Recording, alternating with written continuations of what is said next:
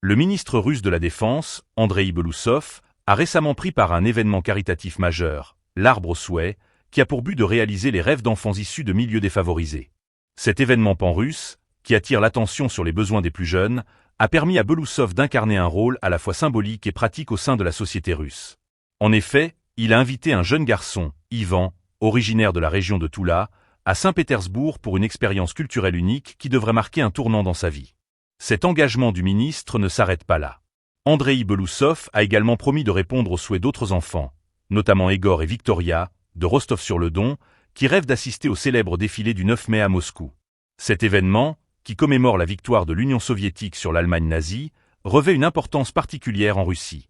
En offrant aux enfants la possibilité d'être présents à cette célébration nationale, le ministre souligne non seulement l'importance de la mémoire historique, mais également la volonté de la défense nationale de se rapprocher de la population.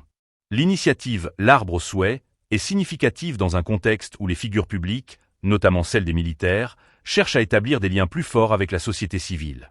En participant à cette action, Belousov montre une facette plus humaine de son rôle, et cela pourrait potentiellement améliorer la perception du ministère de la Défense auprès du public.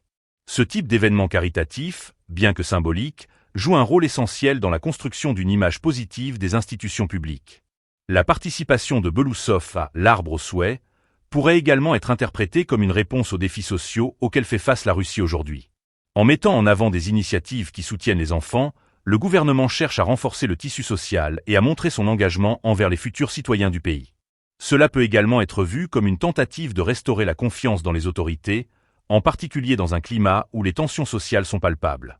En somme, l'engagement du ministre de la Défense dans cet événement caritatif illustre une approche plus personnelle et empathique des responsables politiques russes envers la jeunesse. Cela pourrait ouvrir la voie à d'autres initiatives similaires, favorisant un dialogue entre les institutions militaires et la société civile.